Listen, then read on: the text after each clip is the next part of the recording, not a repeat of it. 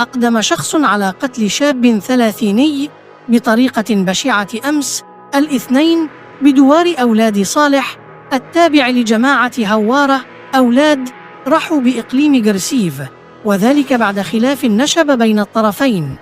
وأفاد مصدر من عين المكان أن جريمة القتل وقعت بعد أن قصد الضحية محلاً لإصلاح الدراجات النارية من أجل إصلاح دراجته، قبل أن تقع مشادات كلامية بين الطرفين بشأن إصلاح الدراجة تطورت إلى جريمة قتل بعد أن عمد المشتبه فيه إلى توجيه طعنات خطيرة إلى صاحب الدراجة على مستوى الصدر. وأضاف المصدر ذاته أن الحادث استنفر عناصر الدرك التي حلت بمكان الواقعة، حيث جرى نقل جثة الهالك إلى مستودع الأموات بالمستشفى الإقليمي بقرسيف. من جهتها فتحت مصالح الدرك تحقيقاً في الحادث لكشف ظروفه وملابساته، فيما فر المشتبه فيه إلى وجهة مجهولة.